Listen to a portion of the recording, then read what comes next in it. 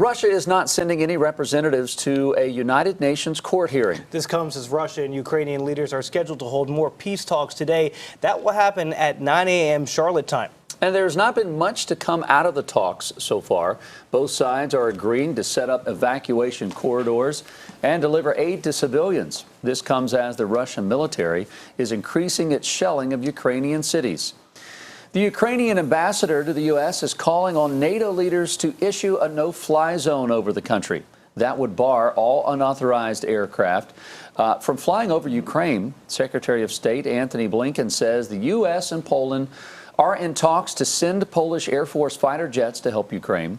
When Congress returns to Washington this week, lawmakers will take up debate over the administration's request last week for a $10 billion emergency funding package to help Ukraine. Julian?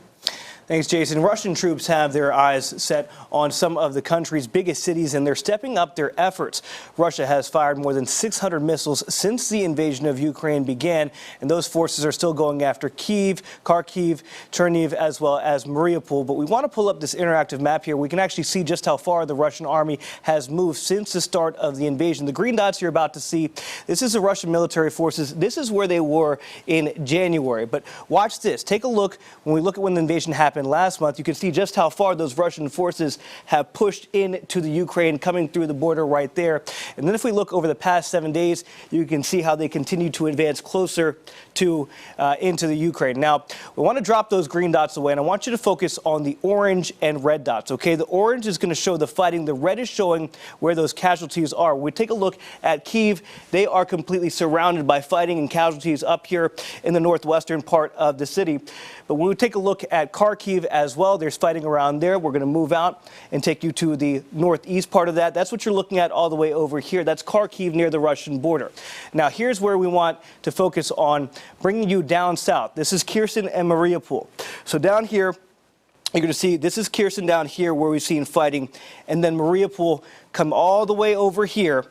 Right here, Mariupol, that's an area that has seen consistent shelling. They don't have electricity. There's no water running there. We've actually heard that they're trying to get evacuees out of there, and they now have that third ceasefire that will reportedly let these refugees get out of the city, but they've tried earlier. We've actually seen civilians die as they're trying to escape that city. So the third ceasefire hopefully will allow some of these Ukrainian citizens to get across the border and into safety. Now, we spoke earlier this morning to a friend of mine who's actually still in Ukraine.